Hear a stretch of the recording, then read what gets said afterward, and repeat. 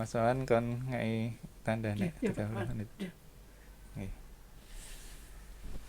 Assalamualaikum warahmatullahi wabarakatuh. Waalaikumsalam Waalaikumsalam warahmatullahi warahmatullahi Ya, wabarakatuh. baik pemirsa, apa kabar? Baik ya tentunya. Ya, alhamdulillah. Baik, hari ini kita kedatangan tamu untuk bincang hikmah ya di podcast Yes SMK Negeri 6 Yogyakarta. Baik, di studio telah hadir dua tamu kita, ini Bapak Furdan dan Pak Ridwan. Assalamualaikum Pak Furdan, apa kabar? Waalaikumsalam warahmatullahi wabarakatuh. Baik. Ya, apa kesibukannya hari ini? Hari ini mengajar dan persiapan untuk sholat Jumat. Oh, begitu. Oke. Assalamualaikum Pak Ridwan. Waalaikumsalam warahmatullahi wabarakatuh. Apa kabar hari ini? Alhamdulillah sehat. Iya, kesibukannya mungkin? Ya barusan KBM pembelajaran. Iya. Iya. Baik. Sebelum kita bincang hikmah ya hari ini ada produk K6 SMK Negeri 6 Yogyakarta. Ini produk anak-anak. Ini Mantap. ada cookies, kemudian ada bakpia, Bakpia. Ini ekrol, Pak. ekral. Nah, Iya. ini penampakannya dari luar bisa disaksikan. Nah, mungkin kalau pemirsa tertarik ya bisa dipesan di Kanam Kanam Cafe. Cafe ya di SMK. SMK Negeri 6 Jalan Kenari nomor 4. Ya, sebelah selatan Mandala Krida. Iya, ya. sebelah selatan Mandala Krida, Cijamin enak ya, sudah lulus. Enak dan murah. Enak dan murah ya, sudah lolos uji. Tiada hari tanpa kafe Iya, semuanya. tiada hari tanpa kafe. Iya. Baik, langsung ke materi ya. Materi kita hari ini aplikasi hikmah Isra Mi'raj dalam keimanan, pergaulan dan pendidikan. Nah, nanti akan kita tanyakan pada beliau berdua bagaimana pandangannya, bagaimana solusinya atas masalah-masalah yang mungkin timbul akhir-akhir ini ya, dan kemudian kita kaitkan dengan Isra Mi'raj. Baik, saya ke Pak Ridwan dulu ya. Apa yang terlintas di dalam benak Pak Ridwan kalau mendengar kata Isra Mi'raj? Yang pertama adalah perjalanan Nabi Muhammad SAW. Yang kedua perintah sholat. Iya.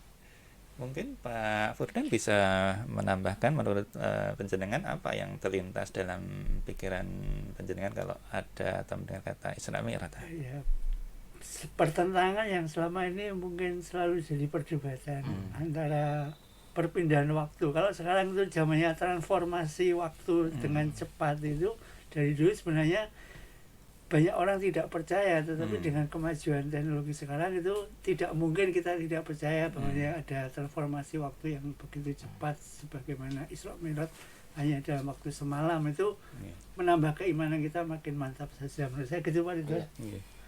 Mungkin saya sedikit menambahkan monggo, Pak. berkaitan dengan Isra Mi'raj ini, karena kita memang harus percaya betul, meyakini betul bahwa ini adalah suatu bukti kekuasaan Allah Subhanahu wa taala. Ingin ditunjukkan kepada manusia bahwa Allah Maha Kuasa segala sesuatunya, tidak bisa kita hitung-hitung dengan berbagai macam istilahnya itu spekulasi-spekulasi. Jadi Allah ingin memperlihatkan langsung bahwa ini loh bukti nyata kekuasaan Allah Subhanahu wa taala. Iya.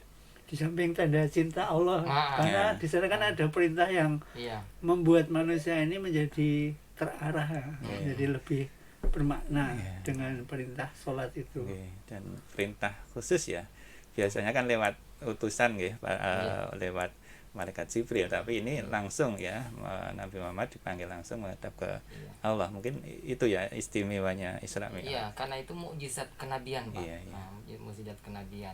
Di nabi-nabi yang lain tidak mendapatkan itu, tapi hanya Nabi Muhammad SAW. Oke. Oke, baik. Selanjutnya Isra Mi'raj itu peristiwa diutusnya Rasulullah untuk menerima wahyu atau perintah tentang sholat ya.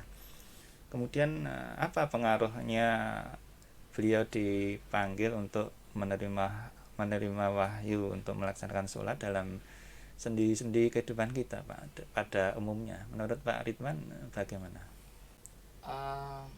Perintah sholat itu berarti kan kita diminta untuk taat kepada Allah Subhanahu Wa Taala, terutama dalam pergaulan-pergaulan dalam kehidupan sehari-hari itu, supaya kita terbentengi dari masalah-masalah yang menimpa kita.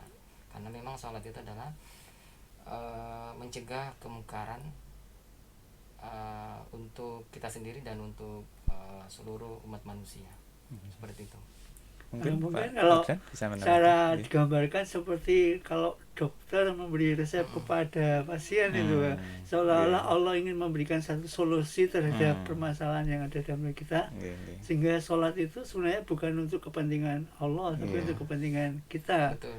Karena itu wujud kasih sayang Allah kepada kita, sehingga Allah memerintahkan kita untuk melakukan sholat.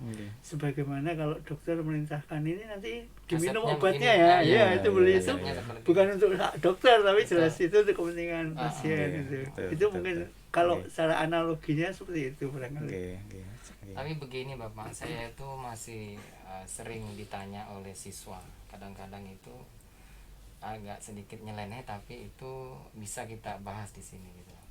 Kenapa itu diperintahkan sholat, tapi sebelumnya itu tidak diperintahkan sholat? Maksudnya para umat-umat terdahulu itu tidak diperintahkan sholat. Kenapa baru kami sebagai umatnya Nabi Muhammad itu baru diperintahkan sholat? Nah, ini gimana Ustaz? Secara kronologi kalau kita lihat dari semenjak zaman Nabi Adam sampai Nabi Muhammad itu semuanya pada dasarnya ajarannya adalah mengesahkan Allah. Betul. Kemudian masing-masing kenabian itu memiliki syariat sendiri-sendiri. Nah, syariatnya Nabi Adam tentu akan berbeda dengan syariatnya Nabi Muhammad, karena bersesuaian dengan perkembangan zaman saat itu. Misalkan yang paling berbeda, misalkan ketika zaman Nabi Adam, orang boleh menikahi saudaranya, karena memang belum banyak manusia. Tapi ketika umatnya Nabi Muhammad itu dilarang. Kemudian juga ketika kita lihat misalnya Nabi Daud, itu bahkan beliau meninggal ketika dalam keadaan sholat. Cuma syariat sholatnya mungkin akan berbeda dengan syariatnya di zaman Nabi Muhammad Sallallahu Alaihi Wasallam. Pada dasarnya sholat itu kan asal Berdoa. katanya sholat yang artinya doa ya. Betul. Kalau kita gabung dengan Sallallahu berarti itu adalah rahmat dari Allah. Jadi kalau kita sholat itu pada dasarnya ada bukti rahmatnya Allah kepada umatnya, dan itu pasti sudah dicurahkan semenjak zaman Nabi Adam sampai sekarang. Cuma syariatnya atau tata caranya itu yang sesuai dengan diturunkannya Nabi dan Rasul pada zaman yang berlaku. Demikian mungkin Pak Rizal. Jadi bukan berarti kita kenapa baru diturunkan sholat, sebenarnya udah dari dulu. Cuma syariatnya yang berbeda ya. Nah, ketika kalau di dalam riwayat kan Nabi Muhammad diperintahkan sholat 50 rakaat. rakaat, kemudian oleh Nabi Adam, jangan nanti umatmu keberatan, gitu ya. Akhirnya sampai kita akhirnya tinggal 5 kali dalam waktu sehari. Itu berarti Nabi-Nabi dahulu juga sudah diperintahkan sholat, cuma syariatnya yang mungkin disesuaikan dengan kondisi Rasul dan Nabi di saat itu. Itu Pak Rizal. Oke, ini menarik ini ya. Kan dulu ada pemahaman bahwa kita sholat hanya saat ini ya. Itu yang harus kita betulkan gitu ya. Betul. Terima kasih. Ini saya juga menambah ilmu dari Pak Ustadz ini ya. Betul. Terus kita kaitkan Pak, ini saya kan juga guru agama nih, ceritanya masih butuh ilmu untuk bisa mengembangkan ke anak berkaitan dengan pergaulan bebas saat ini. Relevansinya dengan Isra Mi'raj. Karena gini, kita sering memperingati tapi hikmah-hikmahnya ini masih ya belum bermakna dalam kehidupan kita sehari, terutama kita nih menghadapi remaja pergaulan bebas. Nah, kalau zaman dulu kan zaman jahiliyah juga kan ada minuman keras, ada pergaulan bebas, mungkin lebih parah sebetulnya ya, kalau misalnya pencurian, apalagi mabuk-mabukan dan segala macamnya. Nah, saya pingin ini kita bersama di sini punya semacam formulasi bagaimana caranya untuk mengatasi pergaulan bebas terhadap remaja ini, bahkan mungkin sampai seluruh umat Islam. Jangan sampai nanti ada istilahnya itu penyimpangannya sudah sangat parah, akhirnya azab turun ya enggak? Iya. Nah, kita perlu nih, kalau saya sih mengusulkan begini, terutama di dunia pendidikan ya, harus ada kegiatan yang rutin ya, karena betapapun saat ini COVID ini hampir-hampir kita dibatasi di dalam semua kegiatan pembelajaran daring apalagi ya, itu sangat, jika bapak ibu guru tidak bisa ngontrol anak sholatnya gimana di rumah gitu ya. Walaupun ya maaf ya, kira-kira kalau misalnya ada yang kita bimbing untuk sholat, wah itu sangat menyenangkan hati ketika siswanya itu datang ke masjid itu loh untuk sholat bersama dengan padahal itu benteng utama kita dari pergaulan bebas seperti tadi mabuk-mabukan itu. Kalau saya yakin kalau misalkan kita itu sholatnya bagus, itu ya kita akan terhindar itu. Sebagaimana memang fungsi sholat salah satunya adalah mencegah keji dan kemungkar ya. Betul, iya. Bahkan kalau kita ibaratnya misalkan kita udah biasa sholat itu seperti kita misalkan tiap hari menggunakan baju putih. Kalau orang kita pakai baju putih tentu akan hati-hati supaya bajunya tidak kotor gitu. Nah itu kalau hati kita selalu bersih sebenarnya mungkin terhadap satu kemaksiatan kita akan sangat hati-hati karena merasa kita ini memakai baju putih saya gitu. Memang harus Pak dijelaskan konkret. Saya juga punya semacam ilustrasi Bapak. Ini mungkin Pak Ustadz mudah-mudahan nanti saya dibantu. Saya pernah baca hadis Nabi bahwa ibaratnya ini ada gelas. Gelas yang jernih sekali. Tanpa ada noda, tanpa ada semacam kotor di dalamnya, tapi kita coba taruh di dalam atau di tempat atau di meja, pastinya itu pasti ada nanti yang mencoba untuk menaruh puntung rokok, puntung rokok, kemudian sampah, kemudian nanti ada yang nasi air dan segala macam. Tapi kalau gelas itu kelihatan bersih kan orang jadi sungkan. Betul, itu sungkan. Nah, itu yang menjaga kebersihan itu tadi. Nah itu yang menarik kalau misalnya sholat itu sebagai pembersih atau mencuci dosa, itu kan. Ada sebuah hadis yang diriwayatkan oleh Imam Bukhari. Pernah suatu ketika Rasulullah itu bercerita gini, bagaimana seandainya di depan rumahmu itu ada sungai. Kemudian kamu setiap hari mandi 5 kali. Apa yang kamu lihat? Apakah masih ada daki, noda gitu? Kemudian para sahabat berkata, tentu tidak, karena kan kita mandi sehari 5 kali. Nabi mengatakan seperti itulah sholat bagi kehidupan kita sehari-hari. Dia akan membersihkan atau menghapus dosa-dosa di antara sholat-sholat yang lain. Gitu Pak Rintan. Ilustrasi yang paling tepat yang digambarkan oleh Rasulullah itu tadi. Iya, mungkin bisa kita langsung formulasikan ini Pak Anggoro, ini bagaimana ke depan istilahnya. Ya yang paling penting di dalam pendidikan kita kan saat pandemi kan di sekolah ini kita tidak bisa ngontrol. Kalau misalkan karena kita masih 50% masuk. Yang masuk aja kadang-kadang diajak sholat jamaah itu belum bisa ya Pak Rizal ya. Belum bisa istilahnya signifikan. Full ya. Misalkan yang masuk 200 yang sholat di masjid mungkin hanya 50. Yang 150 kemana ya kita. Itu tanggung jawab siapa? Apa kita sebagai guru agama atau kita sama-sama ya? Jangan cuma guru agama dong, kasihan guru agama. Sekolah sudah memberi program yang bagus, masjid yang rata, bahkan masjidnya juga sangat representatif, tetapi ajakannya kok belum mengena ya Pak Rizal. Gimana itu Pak Rizal? Ya, saya menawarkan beberapa hal kepada teman-teman, terutama saya berbincang-bincang dengan guru agama, karena konsep ini harus dibangun. Yang pertama mungkin ada peningkatan iman dan takwa. Betul. Ya misalnya pengajian, kemudian motivasi. Kalau dulu ada ESG Pak. Iya ini yang kadang-kadang kita ini di masa-masa pandemi tidak pernah terpikirkan. Karena dulu kita kalau tatap muka bisa mengontrol anak-anak ya. Ketika pandemi tidak ada pengajian kelas, tidak ada pembinaan secara rutin ya. Kalaupun ada daring itu tidak bisa semuanya mengikuti gitu ya.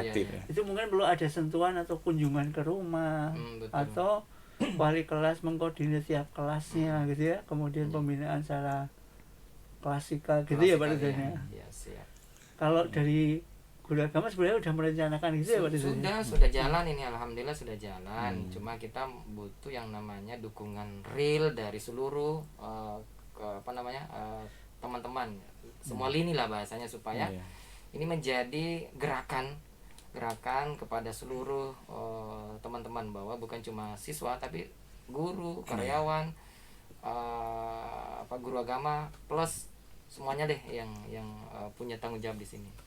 Menurut saya yang paling pokok itu dalam aplikasinya Isra Mi'raj, bagaimana kita menjadikan sholat ini sebagai beteng ya, sebagai beteng penguat keimanan kita, akhlak kita, kemudian juga pendidikan kita itu perlu didasari dengan dasar yang sangat mantap ya.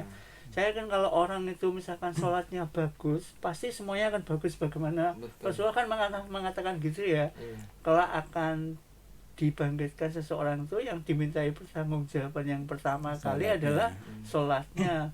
Fa in soluhat sa'iru amaluhu ya, apabila baik sholatnya maka ya baik semuanya. Saya yakin itu bukan hanya ketika nanti di hari kiamat itu, di dunia ini pun kalau orang sholatnya bagus, insya Allah berimplikasi. Betul ya. Dalam kehidupan. Tapi kalau memang sholatnya aja sudah autan, iya autan ya bisa jadi itu menandakan kedisiplinan dirinya juga kurang gitu Pak. Berarti bisa dikatakan mungkin ini sholatmu cerminan hidupmu. Iya betul. Makanya ajakan sholat itu bukan untuk mari kita, tapi mari kita sukses. Kita hayya ala sholat, hayya ala falah. Hayya falah itu kan artinya kesuksesan. Jadi sholat itu bukan ajakan untuk apa-apa, tapi ajakan untuk kesuksesan kita di dunia dan di akhirat. Itu yang harus kita pahami. Jadi sholat itu bukan untuk kepentingan Allah, bukan tanda kita pengabdian, tapi justru karena kita ini dikasih rahmat yang tiada kala dalam wujud sholat supaya kita mendapatkan kebahagiaan, kesuksesan gitu ya. Bisa mengatur diri kita sendiri gitu Pak. Saya. Mungkin saya bisa menambahkan kaitannya dengan pelaksanaan sholat di sekolah. Iya Pak. Di sekolah saya dulu kan sekolah Islam ya. Kita punya kebijakan kalau waktunya tiba sholat zuhur ya, terutama itu ya lewat kebijakan sekolah, lewat kurikulum dijadwalkan. Jadi ketika adzan sudah mulai dipaskan dengan waktu istirahat, anak-anak itu ya dikondisikan untuk sholat berjamaah. Jadi dikelompokkan, dikloterkan, kloter pertama ada apa namanya itu, ada tingkatan misalnya kelas 10 ini. Masjid kita kalau bersama-sama juga ada. Betul. Itu dikloterkan, kloter pertama itu untuk kelas 10 jam 11 menit misalnya 11 setengah 12 sampai jam 12 itu dibagi. Misalnya masing-masing tingkatan 10 menit. Nah, kemudian itu pun ketika diterapkan aturan itu diterapkan begitu saja juga belum jalan. Iya, karena kan jadwal sholat juga kadang fluktuasi Bapak, ada yang jam 12 kurang, ada jam 12 lebih gitu ya. Jadi begini, maksud saya itu diterapkan, dihimbaukan, disuruh belum jalan, tetap harus dikawal. Jadi kita itu masing-masing guru setelah selesai sholat itu harus mengawal anak dari kelas turun sampai ke masjid, sampai ke mushola. Ketika hanya disuruh itu, ketika turun nggak sampai ke mushola kalau nggak dikawal gitu. Yang itu yang sulitnya menumbuhkan bahwa setiap guru memiliki kewajiban mengawal anak sholat itu ya Pak. Karena kita dulu sholatnya sekolah Islam ya, jadi masing-masing guru bisa kita tekan kalau atau dengan kesadaran sekolah sendiri. Kita gimana Pak? Saya sih begini Pak, saya sangat setuju dengan apa yang disampaikan Pak Anggoro. Itu sudah saya pikirkan, saya punya berangan-angan seperti itu. Mudah-mudahan nanti bisa direalisasikan. Saya begini, kalau agama apapun, nah saya bingkai aja nih, semua agama pun pasti menginginkan baik. Siswanya pasti pinginnya sukses baik di dunia dan di akhirat. Kalau pijakannya itu, ya kan istilahnya, oke lah, harus kita punya kewajiban secara nurani bahwa anak ini adalah anak saya, didiklah mulai dari sekolahan ini sampai dia pulang ya kan. Besok datang lagi kita didik juga sesuai dengan apa yang sudah diamanahkan oleh tanggung jawab guru guru itu profesional. Itu mesti nggak bisa enggak. Karena kan guru punya kewajiban mendidik, bukan hanya mengajar ya Pak ya. Iya itu. Kan ada beberapa ya, kalau misalnya ada istilah pendidik, pengajar, sama apa lagi itu? Motivator. Motivator. Karena kita mendidik harus mengawal dari sikapnya dan yang pasti dapat amal jariah itu. Nah itu. Ya. Jadi jangan dianggap sebagai wah ini hanya yang beragama Islam ini yang mana ya. Kalau ketika waktu sholat misalkan kemudian yang beragama Islam keluar, yang menurut saya misalnya ada yang tidak seagama, ya mari kita berdoa bareng-bareng gitu ya. Mungkin kita juga diamanahi ya, kita di sekolah ini kan otomatis menjadi orang tua kedua ya. Betul, Iya, betul, iya, iya. Otomatis anak didik kita itu juga menjadi anak, walaupun bukan anak biologis ya, tapi anak ideologis. Iya, iya, iya. Anak seiman ya. Iya. Itu mungkin kalau kita didik Ya, anak sebaik-baiknya. didik itu tadi ya, anak Pak, itu, didik Pak. ya. Nah, didik kita didik sebaik-baiknya, meskipun bukan anak kandung kita, ya itu juga menjadi anak yang soleh, yang insya Allah kalau mendoakan menjadi doa Jariah anak yang bagi kita, ya, ya, jariah betul. bagi kita. Ya, mungkin itu sebagai penguat ya, Iya, agar iya. kita semangat. Ya mari kita didik, mari Iya. kita rengkuh, mari kita perlakukan anak didik itu sebagai anak kita ya. Iya. Ini nanti Mungkin juga itu ya akan, nggih. kesimpulan kita hari ini ya, Pak. Iya. Jadi Isra Mi'raj bisa kita Iya. jadikan sebagai momen Aman, untuk nggih. membangkitkan semangat sholat. Spirit. Yang Nggih, kita nggih. tahu bahwa sholat itu ada ukuran apa tadi, Pak? Sholatmu adalah cerminan Hidupmu. Hidup. pribadi, gitu ya, ya. Gitu, Pak. Iya. Nggih, ukuran suksesnya dari Iya. sholat Iya, ya. karena Iya. Bukan dari duniawinya nggih. iya, pada dasarnya kan ajakan sholat bukan untuk ajakan ibadah, tapi Iya. sebenarnya ada ajakan untuk menjadi sukses itu. Hayya bukan ala cuma sholah, bukan iya. cuma bukan cuma hanya sholat, Iya. bukan hanya untuk berzikir, tapi justru itu lebih banyak lagi nanti yang kita dapatkan, Iya. Oh, betul, amalnya dan segala iya. macamnya. Karena gini, ada yang pragmatis caranya. Iya. Yang penting kan sudah menggugurkan kewajiban. Persoalan nanti ada implikasinya, itu lain lagi ceritanya. Iya, Nah, iya. padahal kita minta supaya sholat ini bisa berimplikasi positif, baik, mulia kepada Iya, pergaulan, Pergaulan, akidah kita, akidahnya. kesuksesan kita di dunia dan akhirat gitu. Gitu ada. Iya. karena ini ada yang disinggung tadi Pak Ustaznya, akidah nih. Ini perlu nih ditegaskan lagi, jangan Oh, sampai iya, iya. ada saudara-saudara kita, ada keluarga-keluarga kita yang belum yakin betul terhadap Islam. Nah, ini masih sangat, maaf ya, abu-abu. Masih sangat, istilahnya itu masih bisa bergeser gitu loh. Iya, rapuh ya. Rapuh. Iya. Nah, itulah perlunya namanya Benteng sholat tadi Nah, ya. iya, benteng sholat Iya, itu iya. perlu nonton podcast ini. Apa judulnya, Bos? Bincang Aplikasi hikmah. Isra Mi'raj Aplikasi dalam Isra Mi'raj pergaulan. dalam pergaulan, pendidikan dan kehidupan. Oh iya, kita. gitu ya. Oke, gitu. Masih ada lanjutannya besok insya Allah ya. Oh Kapan iya, ya? insya Allah besok kalau kita menghadapi momen-momen yang lain juga. Tema yang lain. Tema yang lain. Iya. Oke. Ya, baik, mungkin bincang hikmah kita hari ini tentang Isra Mi'raj tadi sudah banyak kita bahas ya, tidak perlu kita simpulkan, pemirsa bisa menyimpulkan, mengambil hikmahnya sendiri di posisi masing-masing ya, sebagai pendidik, sebagai siswa. Nah, mari kita posisikan diri kita masing-masing untuk mengambil hikmah dari apa yang kita bincangkan tadi. Terima kasih pada ini, Oh, iya. pendukung Terima kasih pada sponsor ya, Kanam Cafe. produk Kanam Cafe yang telah mensponsori kita hari ini. Ya, mungkin ditunggu sponsor-sponsor yang lain mungkin, Oh, iya, produk-produk iya, yang lain. iya. Biar kita makin baik Iya. ya. Betul-betul jadi yes, Yes. ya. SMK Yang SMK entrepreneur yes. school gitu ya. Ya, Itu ya. mungkin Sip, alhamdulillah. ya, Iya. mungkin itu yang kita bisa sampaikan. Mohon maaf bila ada kesalahan. Terima kasih kepada Pak Furdan. Terima kasih kepada Menurut juga. Pak Mohon maaf juga Furdan. kalau salah. Ya, baik, terima kasih. Assalamualaikum warahmatullahi wabarakatuh. Waalaikumsalam Waalaikumsalam warahmatullahi warahmatullahi wabarakatuh. Ya. Oke, Pak.